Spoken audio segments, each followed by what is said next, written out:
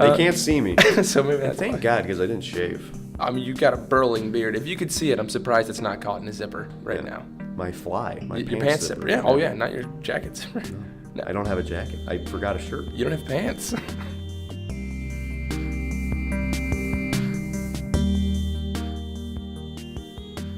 Why, hello world, how are you? Today I am releasing an interview that I had done a little while back with my friend David Pierce Anderson, as he prefers to go by professionally, and it's something that I figured would be a good time to release after my Office podcast because I need some buffer zone in between recording and releasing each season of those, and I also just need time to watch the shows because it's not easy to just binge through those, especially when you've seen them so many times and you want to appreciate them, like wine. You don't chug a good wine.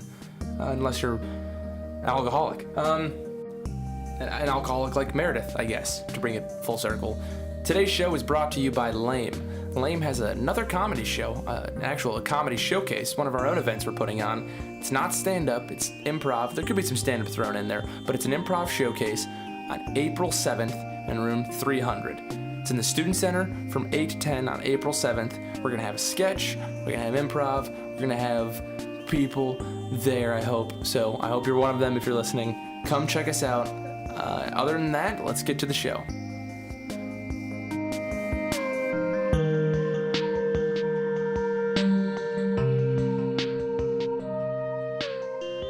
We're here now. We're on Eastern's campus. I've got my friend Dave with me. It's a beautiful Sunday morning in Ypsilanti. How are you? I'm doing very well. A little tired. But not actually. I think I want to be tired, but I'm feeling good. Like physical exhaustion, just over. Yeah, a little bit of that. Yeah. More, I actually think it's in my head, but I'm ready to go. Nice. My body's telling me. Well, good, because I hope you're ready for these hard-hitting questions I'm Yeah, baby. throwing at you. Wouldn't want it any other way on a Sunday. My friend Dave, you are a stand-up comedian. That was the weirdest thing ever. For the audience, my CD drive on my laptop opened with nobody touching it, so we're not haunted, I hope.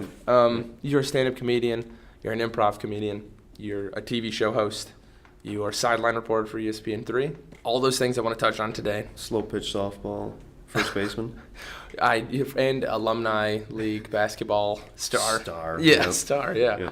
But most importantly, I want to talk about something is when did you become lactose and gluten intolerant? Because I don't know the timeline on that. Yeah. So I found out I was gluten intolerant summer of 2015. Right. So I cut it out of my lifestyle because I wanted to lose weight. So I cut bread and dairy and all that. Were you this height when that happened? Were you I'm fully grown? I've always been tall. I was Right. 6'4" when I graduated. Okay. Maybe 6'5". Right. But when I started losing weight, I was 6'4". Right. But 275. Oh, geez. Yeah. Wow. I was a chunky bunky. Yeah. But no, and I wanted to lose weight, so I cut out bread, dairy, sugars, all that kind of stuff. And when I tried, just welcoming it back, I didn't really want it too much, but my body was like, no, you took it away from us, and it's not coming back. Never again. So yeah, summer of 2015, I was at a Okay. grad party, and I had a cookie cake. And before I left that grad party, I had acquainted myself with this bathroom 7 times. Yes, the cookie cake had you. Cookie cake got me. Yeah. And then dairy was a couple months later. I was at school at Eastern, and the smoothies weren't agreeing with me. Really? So, yeah. So the dairy got me. So that's sort of a recent development in your life. We're coming up on 3 years. Yeah. Anniversary? Yeah. Yeah. Mid June will be my 3-year anniversary. Oh, Yeah. that was sweet. Yeah. You should have like an Instagram post or something. Like I might actually. A relation. That would be, Yeah. I think, a very funny I anniversary actually post. think I'll be able to remember the date. It was actually July is when I found out about gluten. Right. If I just find my friend's grad invite, Oh, right. that'll be the day. I mean, It's who was the friend? Gus Vanderdonk. So I'll see.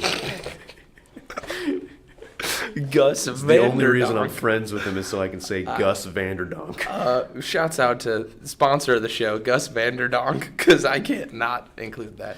Yeah. And he looks as he sounds. Like a donk. He's a donk, man. I love that. Yeah, he played college football at Alma College, a small private No, school. I know where Alma. Yeah. Yeah, you that's- know Alma? Yeah. And I mean, guy's a center. He's just like he's 5'10", and then just like beef, man. Yeah. He's so strong. Wow. Yeah. When I worked at Sam's Club, I had somebody. She was like an intern, like a manager or something. I Yeah. don't know, but she was doing some corporate program. She went to Alma, and the one thing I ever said to her, I was like, "So when you graduate from Alma, will that be your alma mater?" Your alma mater. Your alma mater. Yeah. Yeah. And she was like, "Yeah, I didn't guess so." And I'm like, Thanks. Yeah, Right. nice talking to you. Work with me. Yeah.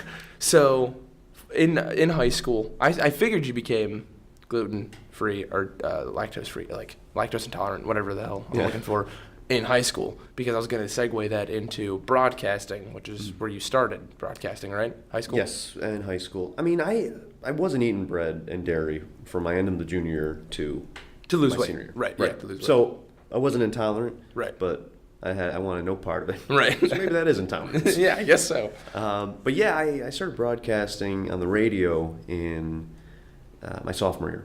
And that I just finished my 5-year anniversary of. That was January. But we started a broadcasting club, and it turned pretty big. So you started. I was actually.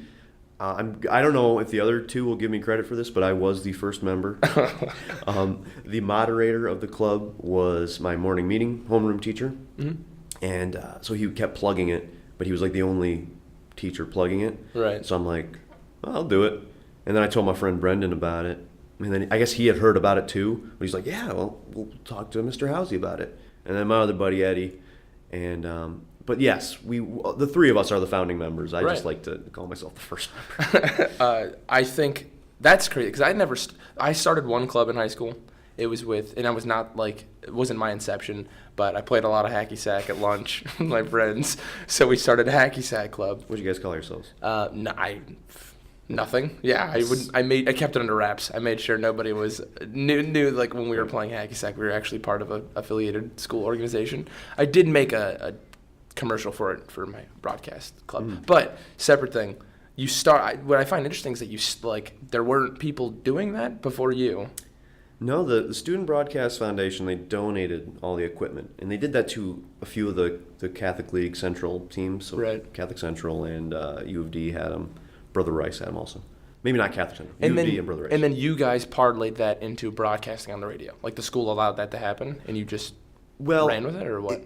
It technically wasn't the radio. We did Okay. have a converter to go close range, so like parking lot. Right. And we just had to find an open space. Yeah. But we were mainly through online.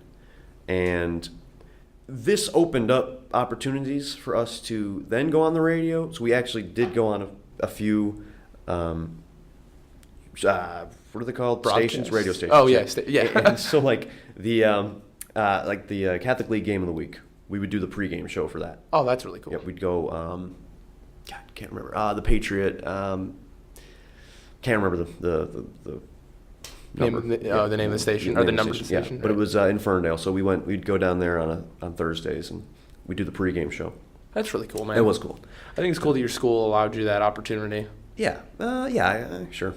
Well, they forgot about us really quickly, in all honesty. I mean, the fact that they, not in a big sense, but in a small sense, handed the keys over to three students. They really did. And I think that's interesting. And so Mr. Housey, he pretty much didn't have to be hands-on. Right. Because Brendan and myself, and Eddie also, we ran with it, and we started doing big things with it, and then Mr. Housey was kind of hands off, but we ended up switching moderators because we needed someone that was a little he had hands, a little more involved. Yeah, right. Yeah. Yeah. Mr. Housey basically had no hands at all. That's how hands off he was. But we just wanted a guy with hands, so we talked to Mr. Short, and then he had hands. So Nice. Yeah. Feet. One. One Wow. foot. Yeah. Wow. All right. Well, that's basically what we wanted, and so but it went well, and they're doing good things now. It's always been about getting the younger kids in, Right. and I think What grade levels are at, and also what high school? I forgot to. De La Salle. Yeah, De okay. La Salle Collegiate. And what in Warren. what grade levels do they have there? 9 through 12. Just standard high school? Right, Okay, in yeah. high school. Yeah. Well, some are 8 through whatever, Really? and yeah, and some are don't have freshman. I don't mess around with those. Yeah, No. I don't consider The those. Student Broadcast Foundation doesn't donate Yeah. to those schools. But so Brendan actually and the Johnsons, they have a dynasty at De La Salle. Whoa. Yeah. Brendan has two younger brothers, and they both were, took on the club as, Brendan left and then the other one left. Oh, that's Alex cool. left. Yeah. And so Aaron now is a senior. You ever He's- considered revisiting and just seeing how the club's in, like, what shape it's in? So they do a camp in the summer, and I come to those, and I speak a little bit because now I have college experience, and Right, so I yeah. can be like, Yeah. these are some tips at the college What level. exactly is your college experience now? Like, what do you do for?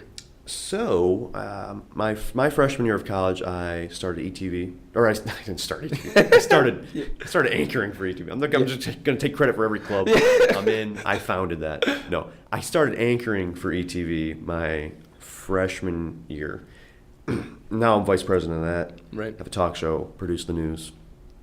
A show I've been on and have plugged on this show. Still on the air. Still on the air? Yes, Yeah. very good show. Check them out. Thank you. I will. And the other one is ESPN3, this sideline reporting. Yeah. That's the one that draws them in more. Yeah, Yeah. for sure. As Right. it would. Yeah, Right. I mean, it's. I say I have a talk show, and that's always kind of a cool. I do think that's cool, but it's also like, to them, especially sports broadcasting, you can be like, I have a talk show on a weekly. I'm on radio, Yeah. but it's like I chat with people, Right. or like I'm a sideline I reporter. think that was it was kind of funny.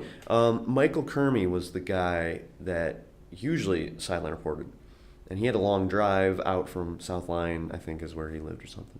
But he came up one day, and I was setting up a camera in my, everyday man clothes, my gray T-shirt and jeans, and he yells up to me from the floor. He's like, "I forgot my suit.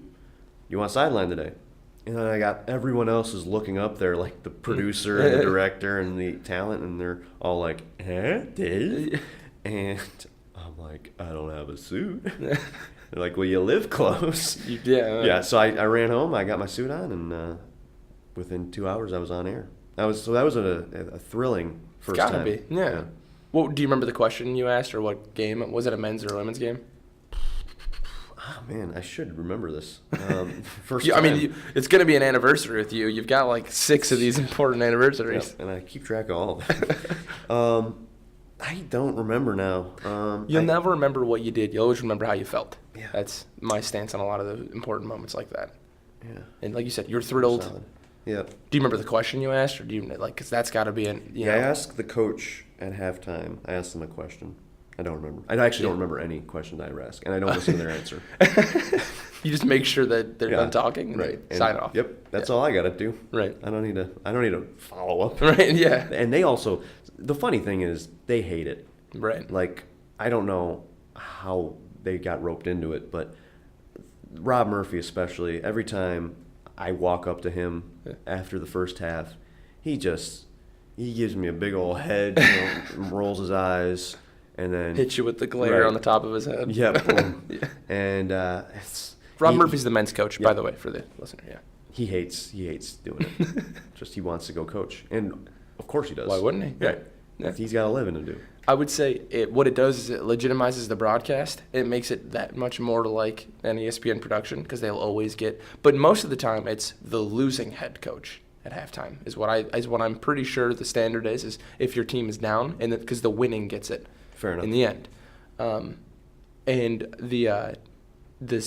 you just interview Eastern. It's pretty Eastern centric. They're pretty Eastern. I think something that might loosen their distaste for it, or might help them is just to switch it up sometimes. Interview the other coach at halftime. Well, they don't have to worry about it when they go on the road.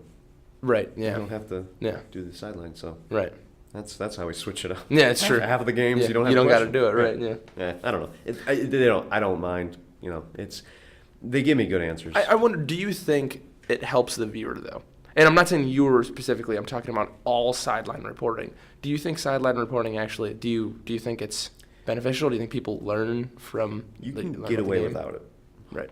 Yeah, you can 100% get away without it. A lot of times they can give you the inside scoops Right. of here's what's happening in Right. the huddle, Right. and that you might not. Yeah. You don't get from the play-by-play and the color analyst. Injury updates. that Injury sort of updates. stuff That's what I was going to go into next. You can have someone patch into you and be like, number 33 sprained their ankle, they're out for the game. Yeah. You don't have to go out and ask them. You can have them, you can have the marketing talk to the producer, who then can talk to talent. Granted, that's more steps than it has to be. Yeah. But it can be done. And it's a more visually boring show. I think part of that is like, you want interesting things happening. You want the good-looking sideline No, reporter. yeah. And that's why, That's why they I were got so the job. bummed when Mike didn't bring his suit that day. They had to man. call up to you. I'm so much taller than. It's kind of funny actually, because The coaches even? Like, are you? yeah. Castro might be close to 6 foot, but I'm 6'6". Right. So I'm eye to eye with most of the players. Right. It's funny watching Greg Steiner, who is Interview Thompson. Right, James Yeah. Thompson. Yeah. So Greg Steiner's our boss. He's the color analyst for ESPN3 also. Yeah. Media relations. He does a lot. James Thompson, star player for Eastern Michigan. Future NBA player. Yep. Thompson 6'10". Yeah. Greg is not. And it's jarring, just the height difference when they're on air, when they're doing an interview at the postgame. And then the other funny one, also the specific moment, Nina Maria Badalamenti was doing camera, and she's about 4'10". She's 4'10", Greg's 5'10", James is 6'10". It was a jarring looking interview.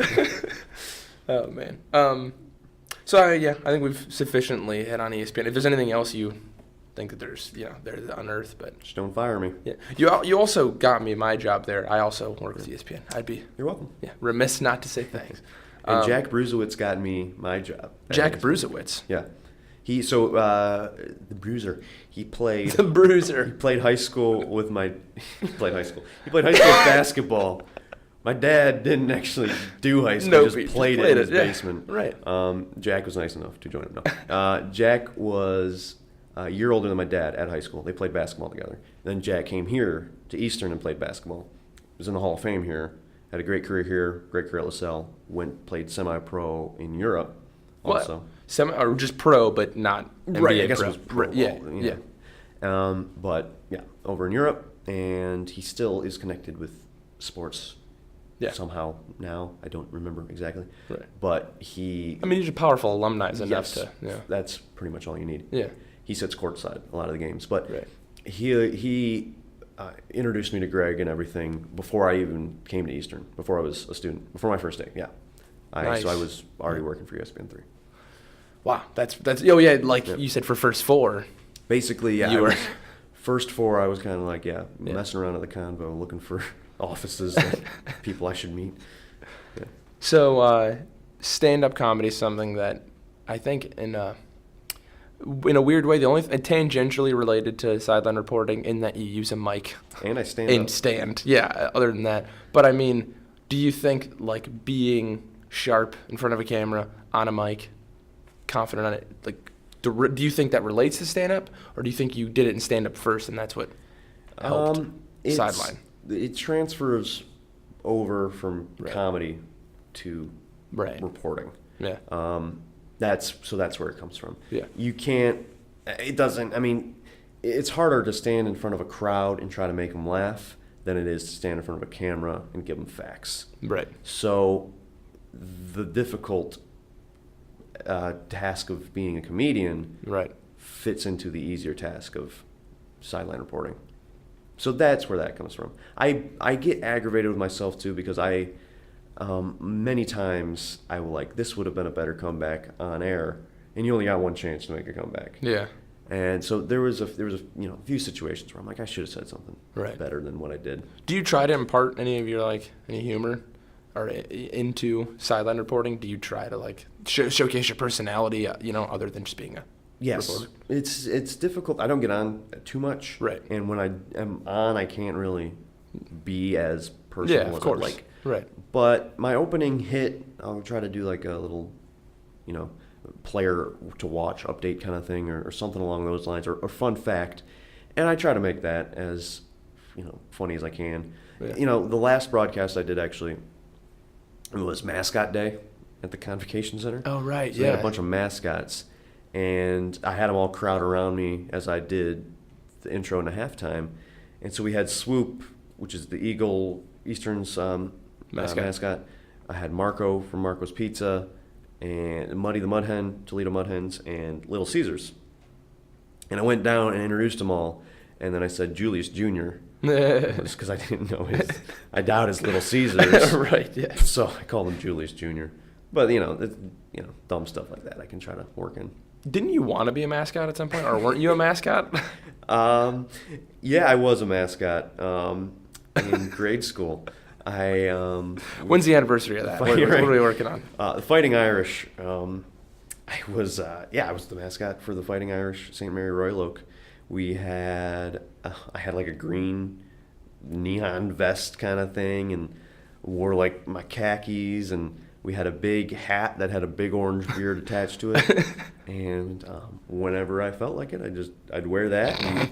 And for the 4 games. To class. Yeah, for the 4 games all day, I'd just sit on the sidelines by the cheerleaders and wave my flag. And, yeah, wave flag. Would you try to get crowd like into it, or a little bit? But I was a second grader. And right. No one, was like, "Oh, he's cute." Right. We won't listen to him though, which is actually translated into my life now. Right, because that's why you're always talking into microphones. He's cute. Yeah, we won't listen to him. Well, I hope that's not true. I hope they do listen to you on an audio show. They can't see me. So maybe that's Thank why. God, because I didn't shave. I mean, you got a burling beard. If you could see it, I'm surprised it's not caught in a zipper right now. My Your pants zipper. Yeah. Oh, yeah. Not your jacket zipper. No. I don't have a jacket. I forgot a shirt. You don't have pants. That's how far away. That's how far away it is. And how impressive this beard is. Yes. Oh my God, these chairs have wheels. Also, I scooted and I didn't know. You're missing a lot, guys. Yeah. I'm sorry. To wrap up about being a mascot, right. I do think it'd be a fun job. It's entertainment without embarrassment. Yeah. And I'm not too worried about being embarrassed on stage, but there is that fear going into it before about being embarrassed or not being received.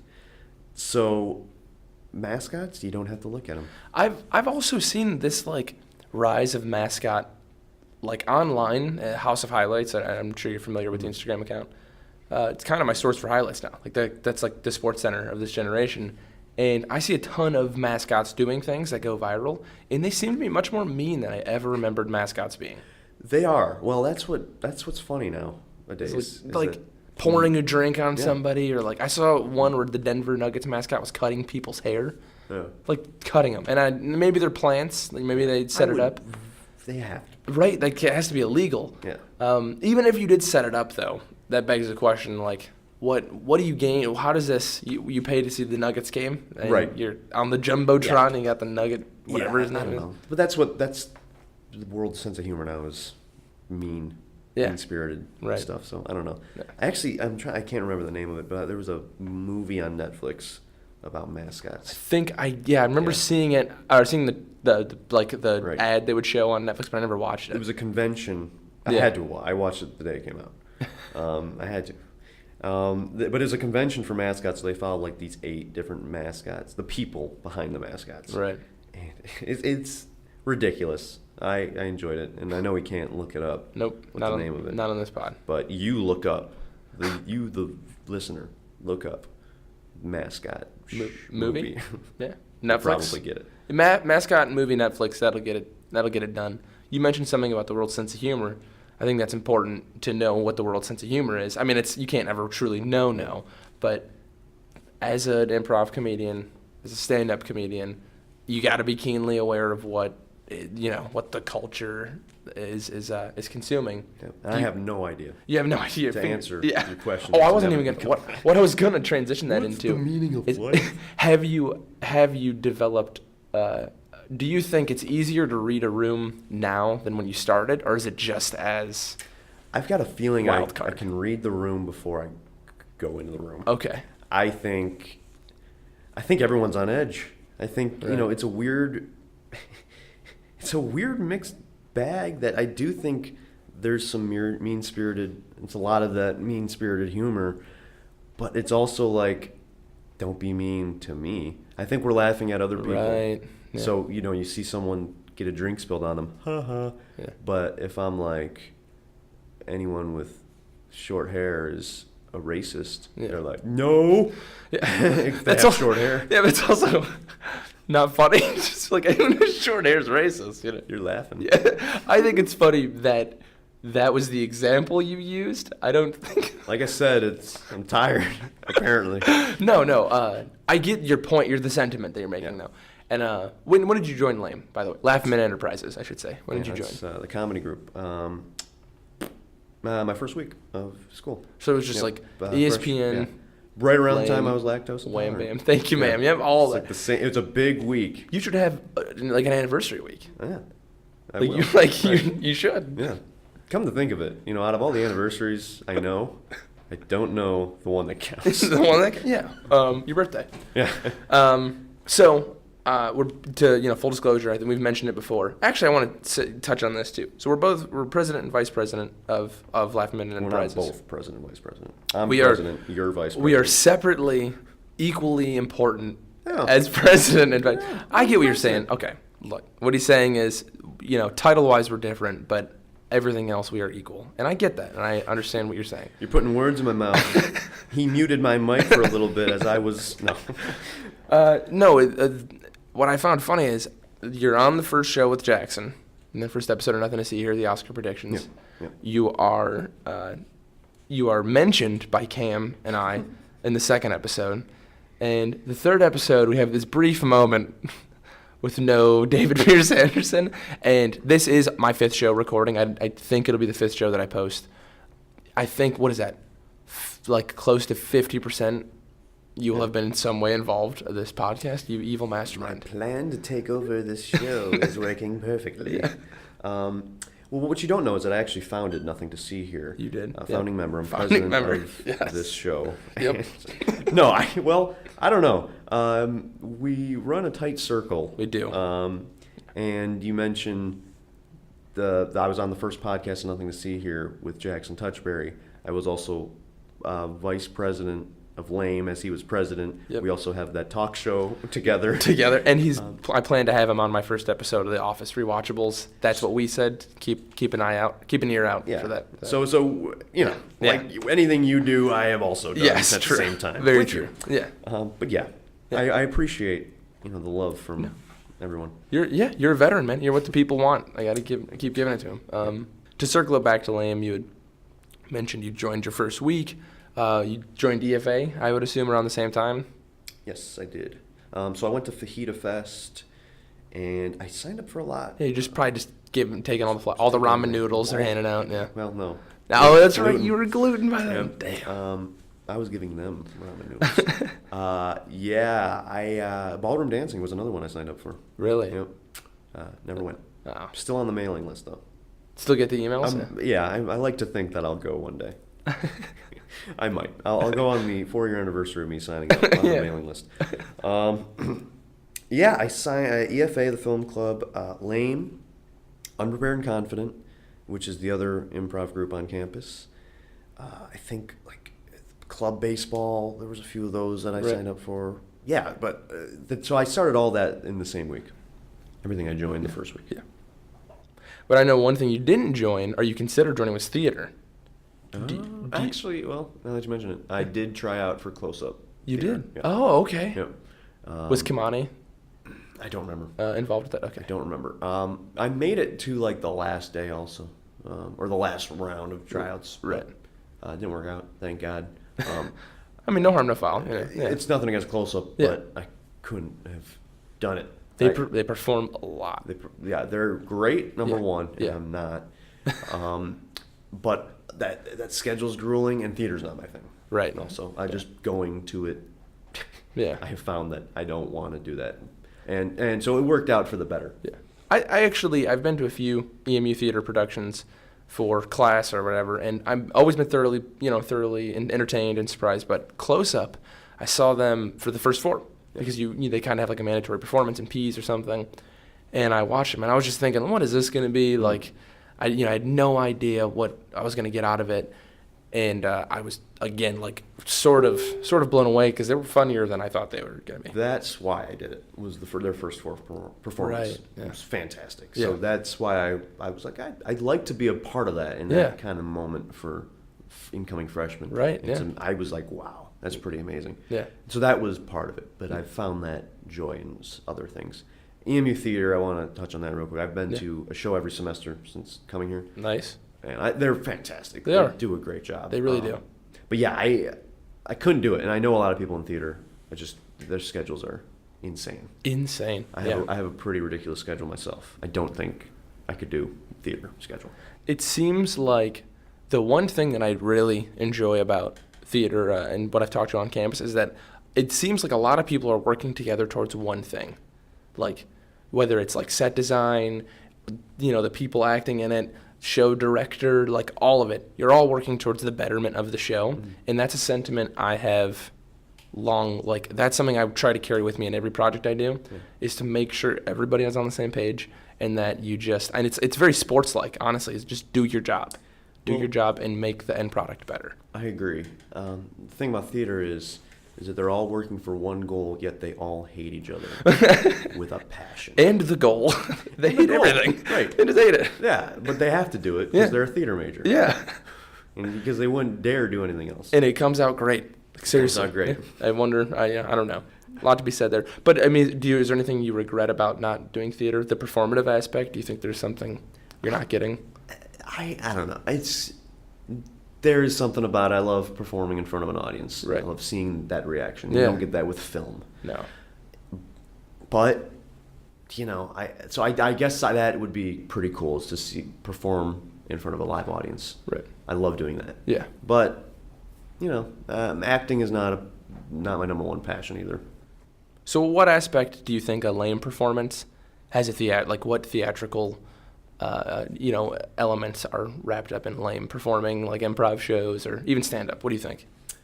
Well, having not performed for theater, I don't know for sure, but having been and I actually haven't been in the audience for a lame show. Right. So, yeah. I mean, I've been on the sides. Yeah.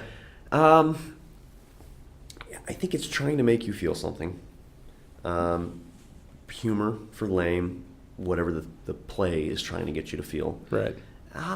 But basically, yeah, I mean, it's the performance, I guess. It's just the joy of doing it. Yeah. And my goal when I perform with lame is that you just see me enjoying to do that. And I want to make you enjoy your night. Yeah. And I'm enjoying you enjoying your night. Yeah.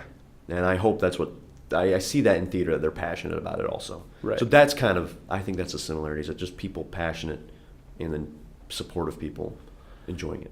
I would say I agree with that wholeheartedly. I think like the reactions, just seeing how our room reacts to whatever. With theater, though, to me, it's so much more like with a comedy show, people are on edge a bit. They're not sure what to expect, but hopefully they're ready to laugh.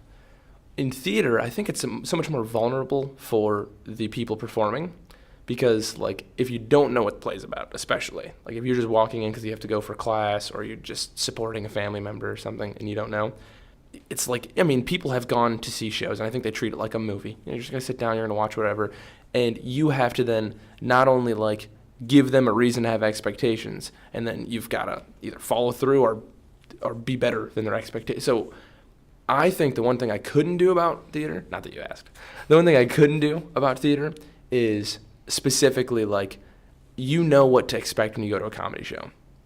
I couldn't deal with the not knowing of the audience, of thinking, not only do I have to show them what this is, and then I have to be better than what they think it's supposed to be. And that's interesting. I agree with it. The thing about it is performing, and I can make this assumption about theater though. You know what to expect going to a comedy show, but you don't know what's going to happen. You know what to expect also going to theater, I think, and you know what's going to happen because you know what's going to happen. So there's an expectation going to both of them. You want to laugh at a comedy show, but what is it? Like, what's going to make you laugh? And if you're going to see Holes, that's what's coming out now. Yeah. You know that story. You know it's lighthearted. I don't remember Holes fully, but Shia LaBeouf's in it, right? But what in performing, when they're supposed to react at specific times, and so you have an expectation from the crowd. with comedy, as a performer, you cannot expect the crowd No. to Yeah. laugh. No. Especially with improv, you don't know what's going to happen. Yeah. So I think there's the biggest difference is that theater, you know when your hits are and when this is supposed to be monumental and make you feel something. Comedy, improv specifically, you don't know what's going to happen. I think it's the best part about improv is sometimes the joke, you're like, oh man, I'm going to set up. Here's the punchline. And then they laugh in the middle of the setup. Or maybe don't laugh at the punchline. And you're like, oh, whoa, did not expect either of those feelings. So Yeah. it's something I enjoy about that. I've had a few jokes stand-up wise that they laugh before my punchline, and then you get the punchline and you're like, oh, that's pretty good too. And it's like, Yeah, it's almost But an afterthought at that point yeah. by them. Yeah, it's tough to read that immediately though as it's happening. right. So sorry to cut this short. To wrap this up, I got to ask you one question, and that's where are you from and where are you going? I barely know the answer to both of those. Pleasant Ridge, Michigan, 696 in Woodward. That's where I'm from. And where am I going? We'll see. I'd like to host The Tonight Show. Speak it into existence, man. I appreciate you being on. Thanks for having me, buddy.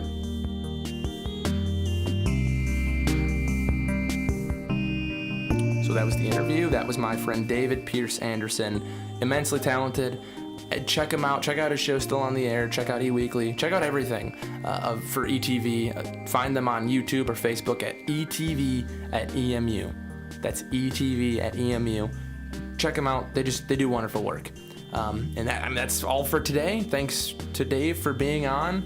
And I also mentioned that The Office rewatch would be my 5th show, and I think it's looking like that's my 7th or 8th show. So this was recorded a little while ago, but it was a good interview, so I stored it, and I think it's primed to be released now. So I hope you enjoyed it, and a big special thank you to Gus Vanderdonk. So long, world.